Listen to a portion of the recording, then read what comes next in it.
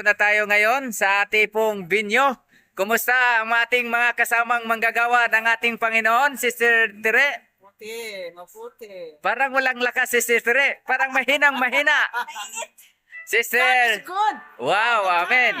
Ready to fight. Wow, ito mga kapatid, ang ating bagong kasama ngayon. Ayan, si Sister Merlin from Butuan City. At ang ating pang kasama na bago rin ngayon at maganda at artistahin. Ito si Sister Miles. Yan, Sister Miles, kumusta ang buhay?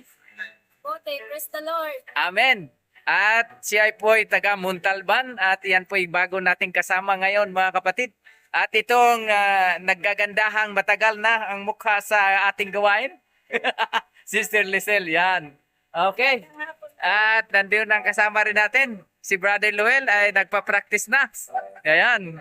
So, yan po mga kapatid, sama niyo po sa dalangin ang ating pong paggawa sa gawain ng ating Panginoong Diyos. At ating pakinggan nga si Sister Merlin. Mrs. Merlin, ano ang iyong pakiramdam na makasama ngayon sa Bus Preaching Ministry? First time, but soldier of the Lord, always ready. Wow, yan ang maganda. First time, pero the soldiers of the Lord is always ready. Okay. Si Sister Miles naman, anong masasabi, Sister Miles? Excited. Excited! Kinakabahan, Kinakabahan! pero kakayanin sa tulong ng Panginoon. Pero kakayanin sa tulong ng Panginoon. Amen, mga kapatid. Ayan, Sister Lizer, ano masabi mo?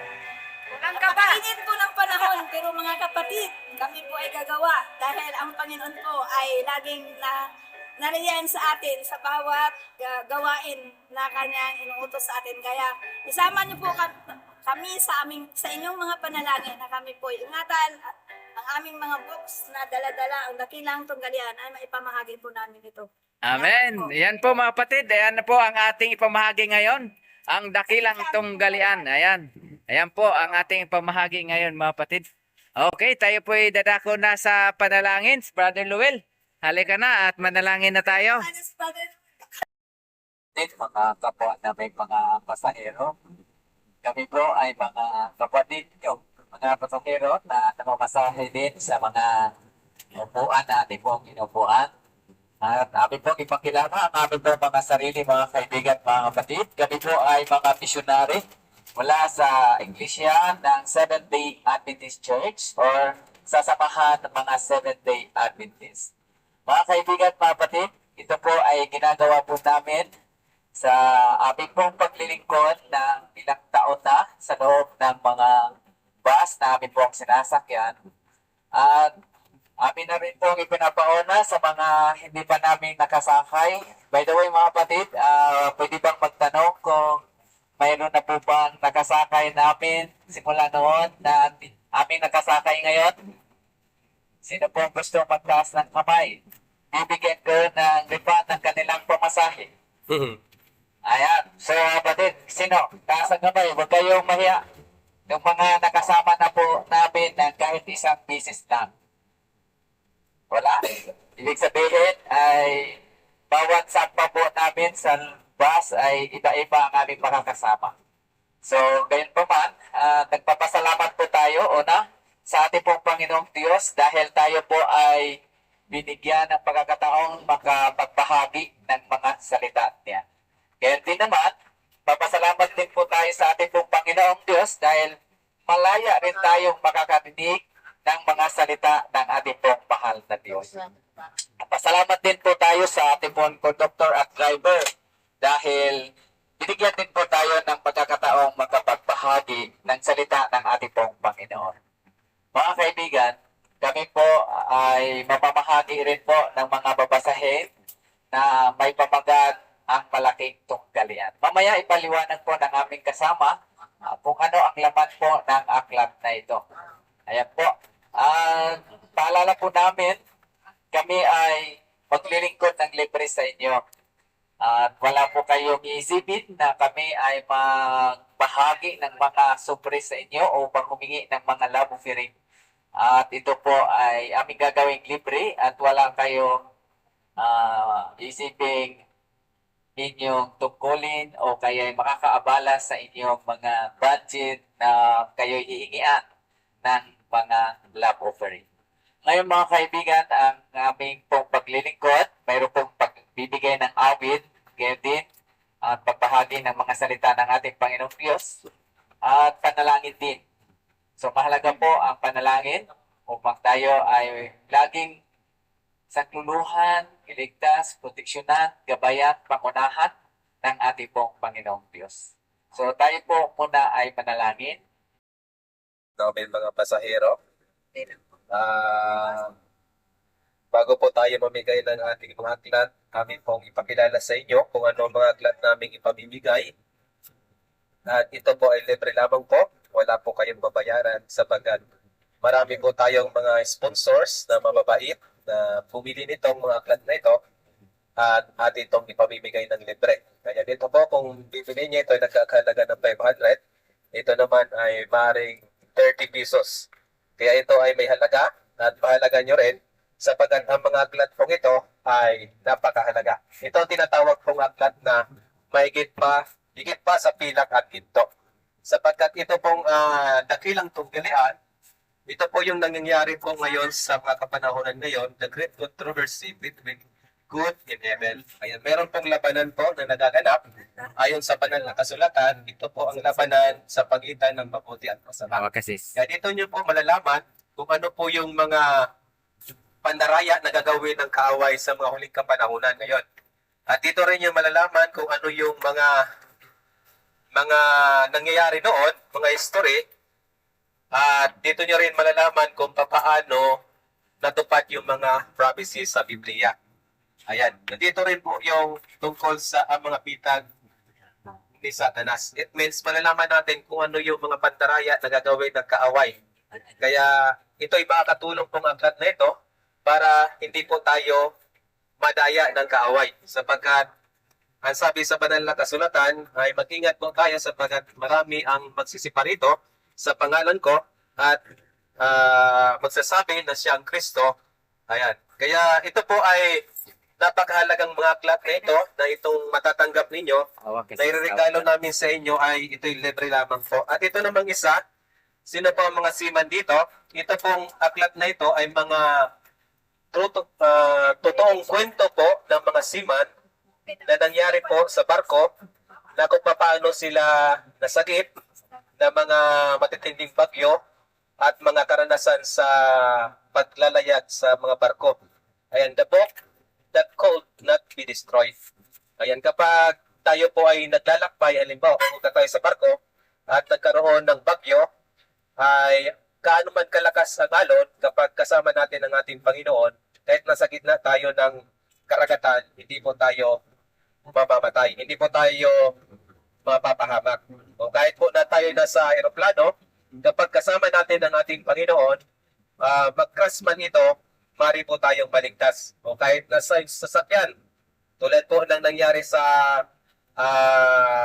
doon sa NLEX, na isang van, binangga po ito ng isang bus, nasalpok ito, pero isang driver po ang nakaligtas. Pit-pit yung van, pero yung driver ay gas-gas lang po ang tinamo. Kaya kapag sa buhay natin, sa mundong ito, kung kasama natin ang ating Panginoon, ay wala pong imposible. Sapagkat yung mga anghel po sa langit ay tulad po ng mga kidlat kabiblis, pili po tayong iligtas. Kaya sa buhay natin sa libutan ito, wala pong lugar na ligtas sa libutan ito. Ngunit sa buhay natin, kung tayo ay kasama natin ang ating Panginoon, masasabi natin na tayo ay ligtas. Kahit nasa gitna po ng mga apoy, sa gitna po ng mga baha, sa gitna po ng mga giyera, mayroon pong kaligtasan. Yung mga wildfire. Kung pansin nyo yung wildfire, makikita nyo yung mga bahay na tutupok, pero may mga tahanan din na tutupok. It means protected siya ng Panginoon. Kaya sa buhay natin, magkaroon man ng lindol na napakalakas, pupupan yung mga building, ay mayroon mga naliligtas sapagkat kasama natin ang ating Panginoon. Ganon din sa ating mga paglalakbay ngayon, kapag kasama natin ang ating Panginoon, wala pong mangyayari sa atin. Pero may mga panahon na pinahintulot ng ating Panginoon sapagkat ang Diyos ay mabuti. Meron siyang panugit na binibigay sa bawat isa sa atin. At atin na pong pakikinggan, mga kaibigan, mga kapatid, ang awitin na ihandog po ng ating mga kasamaang babae Ayan, si Sister Lizzie. Ayan, bali po, 6 kayo magkakasama. At kami po ay regular pong sumasamba sa bus para po paglingkuran kayo ng libre. Ayan, wala po kaming sahod. Ito ay volunteer lamang po namin ginagawa. Natawag na namin kayo ng Sa lupa, punong-puno ng galing. Titili ang init, parang walang katulad. Lahat ng nasa puso ay bawang matutupad. Ang Diyos nagsasabi na siya ay darating upang tayo'y kunin sa langit ay magdarating. Walang hirap, lungkot ay mapapawi. Ang aking panalangin ay lahat ay makauwi. Darating ang oras, ibubuhos ng langit ang bangko sa lupa, punong-puno ng galit. Itim ng sobra, kitla't kulog ay maririnig, at ang lahat ng nakitiray, lindol ang yayanig. Diyos nagsasabi na siya ay darating upang tayo'y kunin sa langit ay maparating. Mawawala ang hirap, lungkot ay mapapawi. Ang aking panalangin, tayong lahat ay makauwi. Ang Diyos nagsasabi na siya ay darating upang tayo'y kunin sa langit ay maparating. Mawawala ang hirap, lungkot ay mapapawi. Ang aking panalangin, tayong lahat ay makauwi. Aking panalangin, tayong lahat ay makauwi. Ang pinakamahalagang sustenance ng isang party o isang paghahanda ng ganito ay yung alak. Pero, ito ay naubos ng mas maaga. Kaya, sabi si Maria, ang nanay ni Jesus sa kanyang mga takong mag-anak nila. Sabi niya po, ano yung sabihin ni Jesus ay inyong susundin. At ang isa ko, galian din ng at ito ay meron nilagay ng mga banga na paglalagyan ng tubig. Kaya merong 6 na big jars na pwede siya mag-contain ng 20 to 30 gallons of water. At sinabi ng Panginoon sa kanya, tunuin niyo ang banga. And they were able to fill the jar with water. And pagkatapos ng ilang panahon, ay sabi ng Panginoon sa kanila, kunin mo ang laman at ibigay doon sa tagapamahala ng kasalan or doon sa nag-antil ng reception.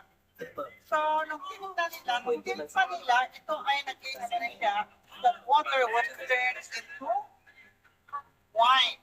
At sabi ng tagapamahala, ang iba naman yung kasal na to. Ang karaniwan ng ginagawa ay kung ang isang kasalan ay ginaganap, ang pinaka-best Mga kapo namin mga pasahero, na itong mga hirang ito ay mga palagandaan po ito na nakasulat na po sa banal na kasulatan. Ang sabi doon ay magkakaroon po ng mga aligaw-gaw, bansa laban sa bansa, at mga hari, mga kaharian laban sa mga kaharian. Kaya nalalaman natin mga kaibigan, ang panahon po ay malapit na. Ayan, kasi ayon sa banal na kasulatan, sa Mateo 24:14, at ipapahayag ang mabuting balitang ito ng Ebanghelyo bilang patutuo sa lahat ng mga bansa at sa kadarating ng wakas. Kaya ito po ay salita na nasa Biblia na kung saan mayroong kawakasan po.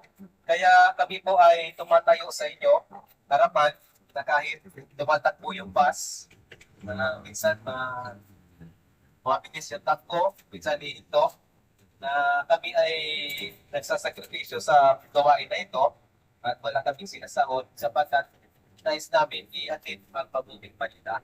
Kasi kung walang mangangaral, mga kaibigan, hindi matatapos ang gawain. At itong mga aklat na natanggap ninyo, mga kaibigan, yan po ang tinatawag na the silent messenger. It means, sabi niyan sa aklat, sa panumbod ng mga aklat na ito, o Diyos, ang iyong kalooban ay malalaman. It means yung mga babasahin na aming ipinamigay sa inyo, mga kaibigan, ay napakasalamat yan. Ayan, kaya pahalagan niyo po yung mga babasahin na yan at inyong pong basahin sapagkat yan po ang tinatawag na mahalaga pa sa pilak at ginto. It means, mahalaga pa po yan sa mga kayamanan ng sanlibutan. Kasi yan po ay mula sa salita ng Diyos. Ayan, kaya napaka-mapalad po ninyo na kayo ay nakabasa at nakarinig ng mga papalitan ngayon sapagkat ng panahon ay malapit na. Kasi nakikita natin mga kaibigan, marami ang mga nangyayaring mga lindol. At sa lindol ay libo-libo ang namamatay. Nangyari ng Yolanda, yung bagyo. Halos lahat ng kabahayan doon ay talagang nasira. Kasi alam nyo ba, sabi dyan sa yung aklat na The Last Event, sa isang city pala, kapag sa isang city, mga kaibigan, naiurong yung kumukontrol doon na kapangyarihan, it means ito po yung Holy Spirit. Kasi ayon sa banal na kasulatan, mga kaibigan, kaya lapit na po tayo sa Holy Ghost, na mababa na dito. Na kayo sa pagtawid mga kapatid ha. Ayan.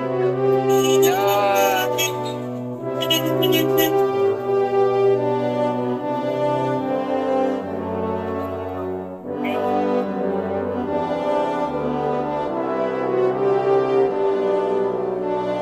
ayan po ang mga magagawa ng ating Panginoon ay tatawid na sila. Bibidyan para makita sila. Nainit pa dito.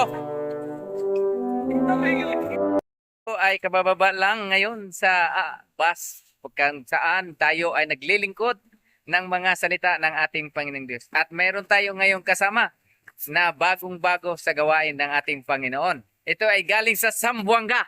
Tama? Zamboanga City. Yan. Si Sister Merlin de Monteverde. Sister Merlin, anong pakiramdam sa unang pagsampa sa loob ng bus? Good afternoon. I am only 64 years old at ngayon ay first time ko na na-experience itong fast preaching. At masaya.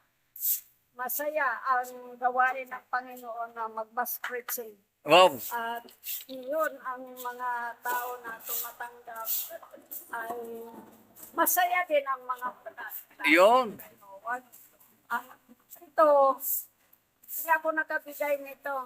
Noong naibigay mo pala? Ngayon ko palang ibigay. Ngayon pala. God bless. We continue this work. Amen. Praise the Lord. Ngayon naman, ang atin namang isa pang bago nakasama na sabi niya ay ako'y mahihain. Ayan, nandito nga, mahihain nga, nagtatago na. Okay, Sister Miles from Montalban. Ayan. Sister Miles, ang ganda-ganda ng iyong mukha. Dito ka banda para makita ka ng ating mga viewers. Ayan. Sister Miles, ano ang masasabi mo? Magandang hapon mga kapatid. Amen. Ako po'y masaya ngayong hapon na ito na nakasama sa Bus Ministry ni Brother Pastor Joel Patanpatan. Amen. First time ko pong sumama sa kanilang gawain. Nung una po ay kinakabahan ako. Nung paalis pa lang kami at excited na kinakabahan. Pero patuloy ang aking panalangin sa Panginoon na makayanan ko. Hanggang sa umakyat na kami ng bus ay andun po yung excitement ko.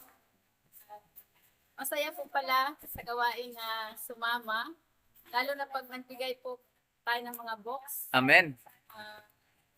Parang ang saya-saya po ng pakiramdam po. Mm. Lalo na tinendoy nila ang box na binibigay namin. Ay alam ko po na Panginoon po ang humingi sa kanila upang ito'y tanggapin sa kanilang mga kamay. Patuloy sa siguro loobin ng Panginoon ay hindi lang ito ang huli at makasama pa ako sa sunod na mga lakad ng bus preaching ministry. At ito po ay maganda at masaya sa pakiramdam. At parang hindi ako napapagod. Amen. Praise the Lord. Masaya na nakakabahagi tayo ng salita ng Diyos at ng kapwa. Ito lang po ang aking may share. Ayan. Marami pang mga kapatid na sumama sa ganitong gawain dahil napakasaya po at patuloy tayong makatulong sa gawain ng Panginoon upang ito po'y matapos na po at ating sagbungin ng Panginoon sa kanyang pagdating. Amen. Praise the Lord. Alam nyo mga kaibigan at mga kapatid, Sister Miles ay ang ginagawa lang niya sa pagkikibahagi sa gawain ng Panginoon ay magbibigay lang siya ng mga pambili ng mga missionary booklets. Pero ngayong pagkakataong ito, hindi lang siya nagbibigay, sumali na talaga. Ayan, napakagandang karanasan ano? Siya po ay nagbibigay lang para pambili pero ngayon ay sumali na talaga at gusto niyang maranasan ang gawain. Kaya naman ay patuloy tayong manghikayat, Sister Miles, di ba? Na maraming sasama sa gawain ng Panginoon. Salamat, Sister Miles. At isabi niya mga kapatid, hindi lang ito ang una at nahuli, kundi masusundan pa. Amen. Okay, darako tayo dito.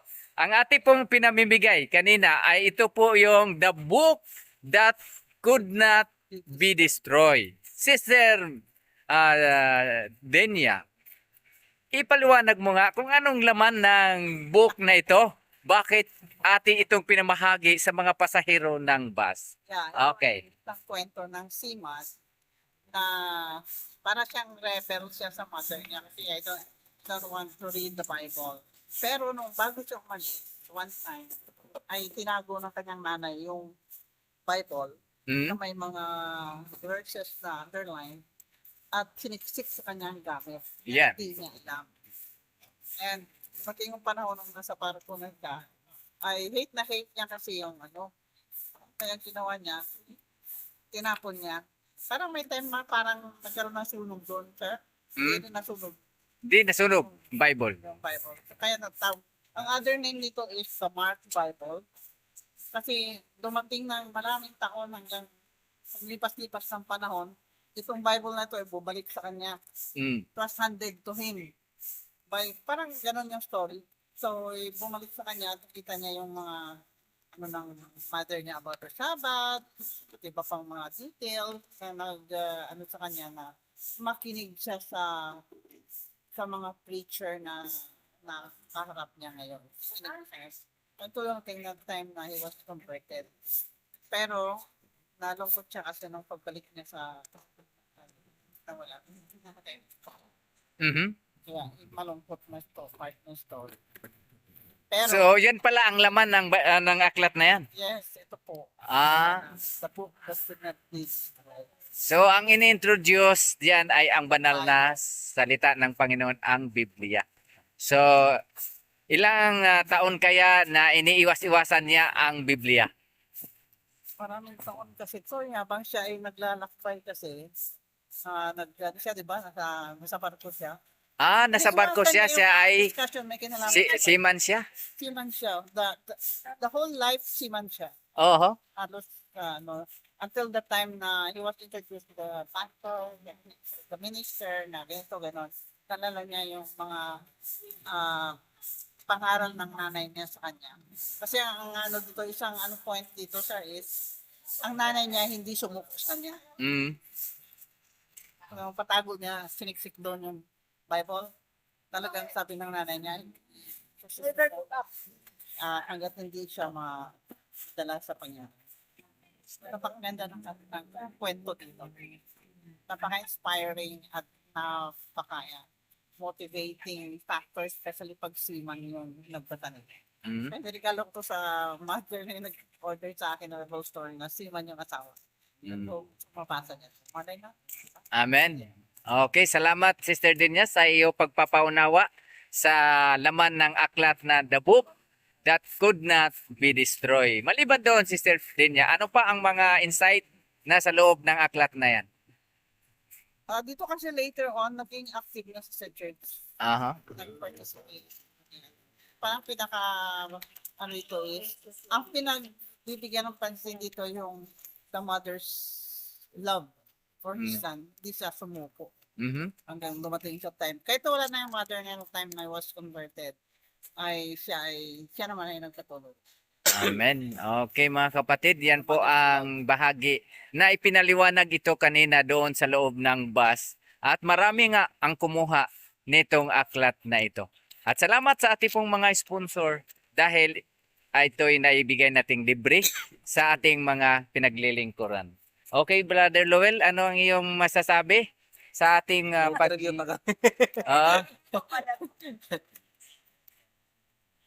Good afternoon po sa mga kapatid.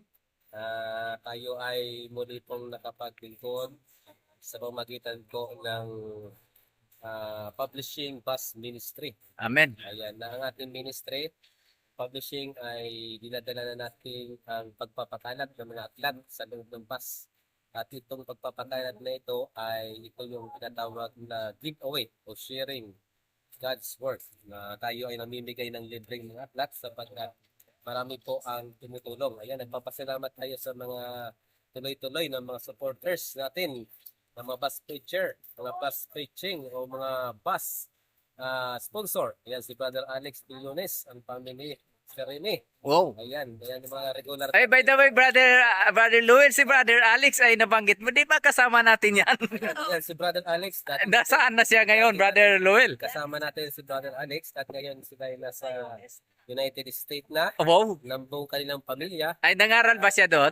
Siya ay patuloy sa gawain doon Amen. ng pagpapakalat ng maklat at patuloy na nagsisupport sa ating bus preaching ministry. Amen. Praise the Lord. Nakaraan lang, nagbigay siya ng pambili ng mga Step to Christ. Wow. At nabili na natin ito ng Step to Christ. Amen. Praise the Lord. Ito na yung mga free na pinamimigay natin sa bus. Ayun. Kaya tayo nagpapasalamat. Brother Lowell, ano ang laman sa libro na yan?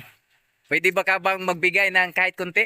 Ayan, itong librong ito, The Book Could Not Be Destroyed, ito yung tinatawag na Biblia o ang ating mga babasahin. Aha. Na kapag ito ibinigay natin sa mga tao, ano mang gawin nila, itapon man nila ito, ibasura, yun po ay hindi ma-destroy. At ito ay mapupunta sa isang kamay na makakabasa nito at sila ay makakaalam ng katotohanan. Ayan. Kaya kung bakit hindi na-destroy, kasi itinapon ito ng isang seaman Oo. na galit sa Biblia Oo. at nakita natin na yung Biblia kahit itinapon niya ito, kung may time na nasunog yung sasakyan na yon, yung barko, ay yung Biblia ay hindi nasunog. Aha. Kaya talagang yung Bible is a miracle na ito'y protected talaga. Hindi siya masisira. Kahit sunugin pa ito ng mga tao nung Dark of Ages, marami pa rin natitira at ito yung natatanim na sa puso't isipan ng mga tao. Yun ang Biblia. Yan ang Biblia.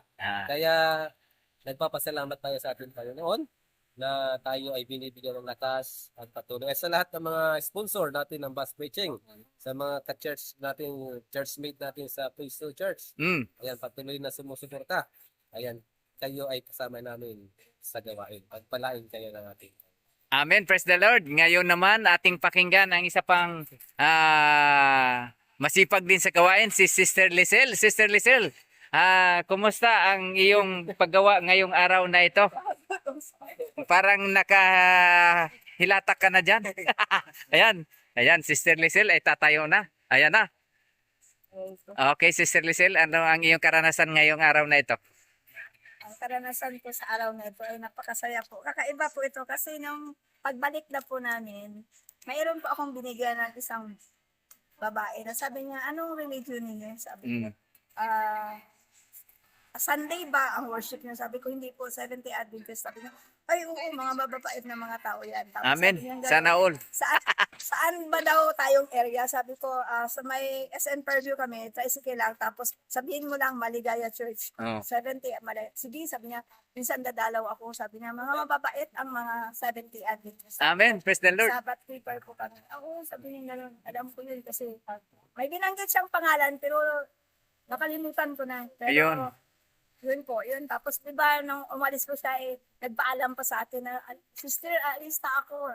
Nag-kiss kami. Kaya pala nagbiso-biso kayo sa loob ng bus? So, na umalis sa akin, nalabit na ako na, alis na ako. Ayun. Salamat, sabi niya gano'n. So, kakaiba po ang karanasan sa araw na ito. Napakabuti po ng Panginoon kasi pinaparanas talaga na ng Panginoon ang mga kakaibang mga karanasan sa bawat mga anak niya na naglilingkod na masaya sa kanyang gawain. Kaya mga kapatid, patuloy po tayo na maglingkod at tayo po ay patuloy na makiambag at tumulong sa gawain ng Panginoon dahil ang panahon po ay magtatapos na. So, kailangan po natin gumawa at maglingkod sa ibang mga tao upang ang mga babasahin ay makarating sa mga tao pa na handa na basahin ang ating mga babasahin. Salamat po. God bless mga kapatid sa pagkakataong ito. Salamat sa ating Panginoon. Sa napagagandang karanasan. Salamat Sir Lisel. Ayan. At tayo ay patuloy nagpasalamat sa ating mga kasama. Hindi pa naman sila makakasama natin personal, pero ang kanilang mga panalangin at suportang pinansyal ay patuloy na ipinagkaloob para ang gawain ay tuloy-tuloy. Salamat mga kaibigan, mga kapatid. God bless.